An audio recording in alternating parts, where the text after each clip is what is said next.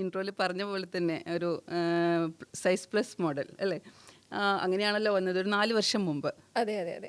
അപ്പോൾ സാധാരണ സ്ത്രീകൾ, ഞാൻ അടക്കമുള്ള സ്ത്രീകൾ കുറച്ച് വണ്ണം വയ്ക്കുമ്പോഴേക്കും കോൺഷ്യസ് ആവുന്ന ആളുകളാണ്.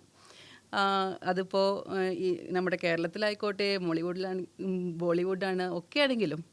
അപ്പോൾ ആ ഒരു സമയത്ത് സൈസ് പ്ലസ് മോഡലാവാൻ എനിക്ക് പറ്റുമെന്നുള്ളൊരു തീരുമാനം, അത് കുറച്ച് ഒരു നല്ലൊരു എന്താ പറയുക, ഗട്സ് ഉള്ളവർക്കേ ചെയ്യാൻ പറ്റുള്ളൂ.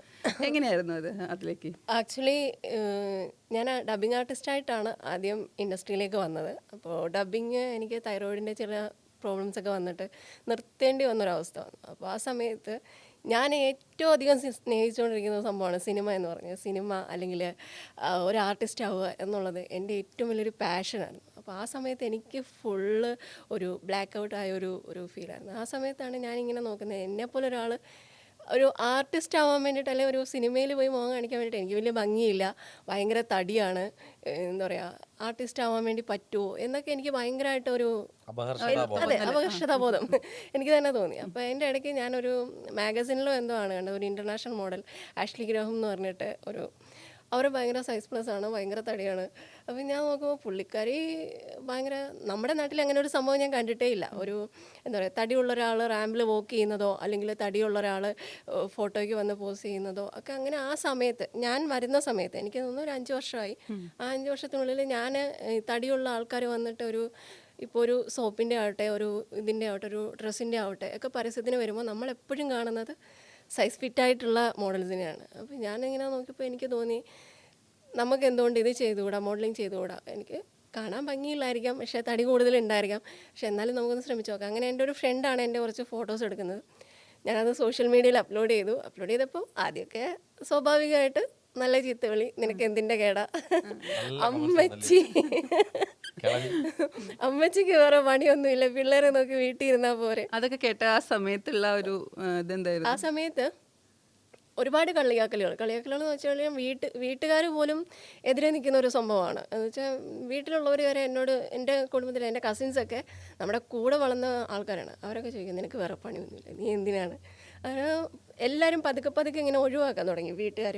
പിന്നെ നാട്ടിലുള്ളവരൊക്കെ എന്ന് വെച്ച് കഴിഞ്ഞാൽ ഉപദേശം, മോളെ അത് നമുക്ക് ശരിയായിട്ടുള്ള സംഭവങ്ങളല്ല. ഒന്നാമത് ഞാൻ ഇങ്ങനൊരു കമ്മ്യൂണിറ്റിയിൽ നിന്ന് വരുന്ന കാരണം, മുസ്ലിം കമ്മ്യൂണിറ്റിയിൽ നിന്ന് വരുന്ന കാരണം അതിൻ്റെതായിട്ടുള്ള ഒരുപാട് പ്രശ്നങ്ങൾ നാട്ടിലാണേലും വീട്ടിലാണേലും കുടുംബക്കാരൊക്കെ പിന്നെ പതുക്കെ നമ്മളിങ്ങനെ ഒഴിവാക്കാൻ തുടങ്ങി.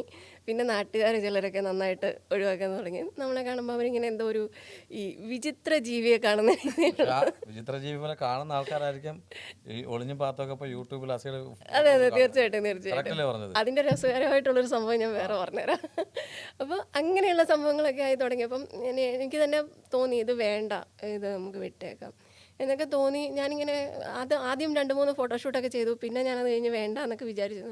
പിന്നെ ഞാൻ വിചാരിച്ചു, ഞാൻ ആരെയാണ് ഭയക്കുന്നത്, എന്തിനാണ് ഞാൻ ഭയക്കുന്നത്? എനിക്ക് എൻ്റേതായിട്ടുള്ളൊരു ഐഡൻറ്റിറ്റി വേണം. ഇപ്പോൾ ഞാൻ അല്ലെങ്കിൽ ഹസീന, എൻ്റെ ഒറിജിനൽ നെയിം ഹസീന കാസിം എന്നാണ്. ഹസീന കാസിം എന്നൊരാൾ ചെങ്ങന്നൂർ എന്ന് പറയുന്ന ഒരു സ്ഥലത്ത് ഒരു വീട്ടിൽ ജീവിച്ചു, കുറേ ജോലികൾ ചെയ്തു, കല്യാണം കഴിച്ചു, കുട്ടികളെ വളർത്തി, വീട്ടമ്മയായിട്ട് ജീവിച്ചു. ആരറിയാനാണ്? എന്നെ ആരും അറിയത്തില്ല. എൻ്റെ നാട്ടിലുള്ള 1-2 പേര് എന്നെ അറിയാമായിരിക്കും. പക്ഷേ എനിക്കതല്ല വേണ്ട. ഞാനൊരു ആർട്ടിസ്റ്റ് ആവണം എന്ന് ഞാൻ തീരുമാനിച്ചു. ആർട്ടിസ്റ്റ് ആവണം എന്ന് ഞാൻ തീരുമാനം എടുത്തിട്ടുണ്ടെങ്കിൽ അതെനിക്ക് ആവണം എന്ന് തന്നെ എൻ്റെ മനസ്സിൽ ഉറപ്പിച്ചു. ഞാൻ എന്തിനാണ് ഇവരെയൊക്കെ ഭയക്കുന്നത്?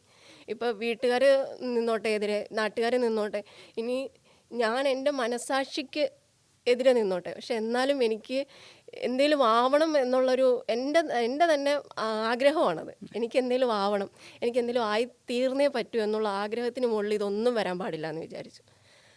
അങ്ങനെ ഞാൻ പൈസ കൊടുത്ത്, അങ്ങോട്ട് ഫോട്ടോഗ്രാഫർ പൈസ കൊടുത്ത് എനിക്ക് ഫോട്ടോഷൂട്ട് ചെയ്യണം എന്ന് പറഞ്ഞിട്ട് ചെയ്യിപ്പിച്ചു. അങ്ങനെ ആദ്യത്തെ 2 ഷൂട്ട് കഴിഞ്ഞപ്പോഴത്തേക്കും ഏകദേശം എന്നെ ഒരുവിധം ചിലർക്കൊക്കെ അറിയാൻ തുടങ്ങി. ചില ഫോട്ടോഗ്രാഫേഴ്സൊക്കെ എനിക്ക് ഇങ്ങോട്ട് മെസ്സേജ് അയക്കാൻ തുടങ്ങി, ഫോട്ടോസ് എടുക്കാൻ വരാമോ, കൊളാബ് ചെയ്യാവോ എന്നൊക്കെ ചോദിച്ചു. അങ്ങനെ പിന്നെ ചെറിയതായിട്ട് ചില പേജസൊക്കെ എൻ്റെ ഫോട്ടോസൊക്കെ എടുത്ത് പ്രൊമോട്ട് ചെയ്യാൻ തുടങ്ങി. അങ്ങനെ മോഡൽ എന്നുള്ളൊരു പേര് വന്നു.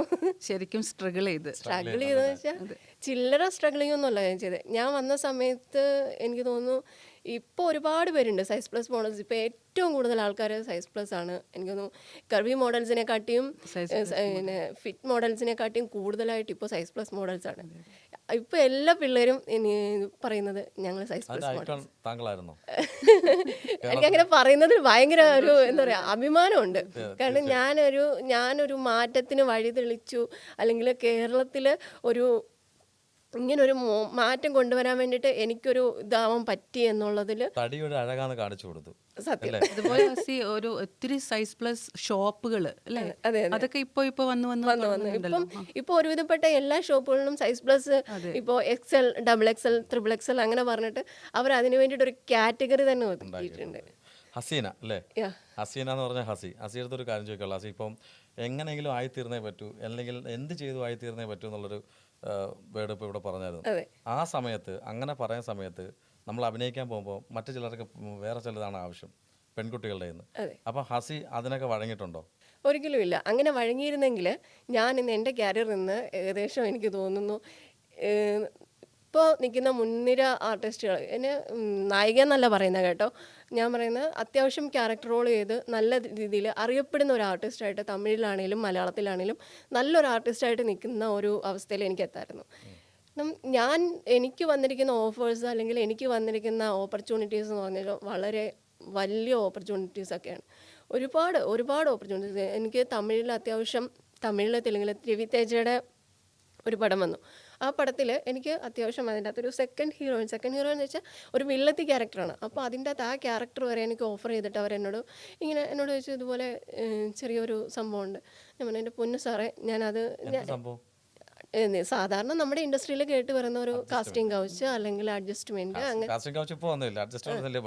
എന്നാണ് ആദ്യം പറയാം, അങ്ങനെയുള്ള സംഭവങ്ങളൊക്കെ.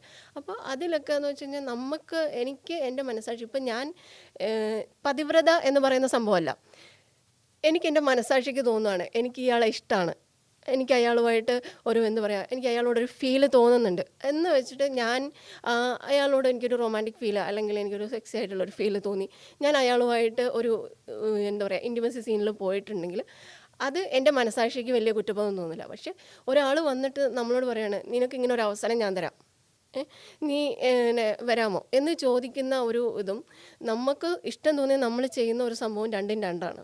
അപ്പോൾ ഞാൻ പറഞ്ഞു എൻ്റെ പൊന്നു സാറേ ഞാൻ അങ്ങനെ ചെയ്യുന്നില്ല. പിന്നെ എനിക്ക് പീഡനം എന്ന് പറയുന്നത് പീഡനം എന്ന് പറയുന്നത് അത് നമ്മൾ പീഡനം എന്ന് പറയാൻ പറ്റത്തില്ല. കാരണം ഇഷ്ടം തോന്നിയില്ലെങ്കിൽ കൂടി നമ്മൾ ആ അവസരത്തിനായിട്ട് നമ്മൾ അഡ്ജസ്റ്റ് ചെയ്ത് കൊടുക്കണം. അതിനാണ് അഡ്ജസ്റ്റ്മെന്റ്. അങ്ങനെ ചെയ്തിട്ടില്ല ഞാൻ ഇതുവരെ. ഒരു അവസരത്തിന് വേണ്ടിയിട്ട് ഒരു അഡ്ജസ്റ്റ്മെന്റ് അങ്ങനെ ഒരു സംഭവം. ഇഷ്ടം തോന്നി ആരെങ്കിലും കൂടെ കൂടുതലായിട്ട് ക്രഷ് തോന്നിയിട്ടുണ്ടോ? ഒരുപാട് പേരോട് ക്രഷ് തോന്നിയിട്ടുണ്ട്. പക്ഷെ അങ്ങനെ ഒരു ഇൻറ്റിമസി സീൻസിലോട്ടൊന്നും പോകുന്ന ഒരു തരത്തിലെത്തിയിട്ടില്ല. കാരണം എനിക്ക് എൻ്റെ ഫാമിലി അല്ലെങ്കിൽ എൻ്റെ ഫാമിലിയിൽ ഇന്നതാണ്, എൻ്റെ ഫാമിലിയിൽ ഒരിക്കലും എന്നെപ്പറ്റി മോശമായിട്ടുള്ള ഒരു അഭിപ്രായം. ഞാൻ മോഡലിംഗ് ചെയ്യുന്നു അല്ലെങ്കിൽ അവൾ എക്സ്പോസ് ചെയ്യുന്നു, അവൾ ചെറിയ തുണി കൊടുത്തിട്ടുള്ള ഒരു പ്രൊഫഷനാണ് അവൾ ചെയ്യുന്നത് എന്ന് പറയുന്നത് എനിക്ക് അത്ര വലിയ ഒരു സംഭവമായിട്ട് എനിക്ക് തോന്നിയിട്ടില്ല. കാരണം അതെൻ്റെ പ്രൊഫഷനാണ്.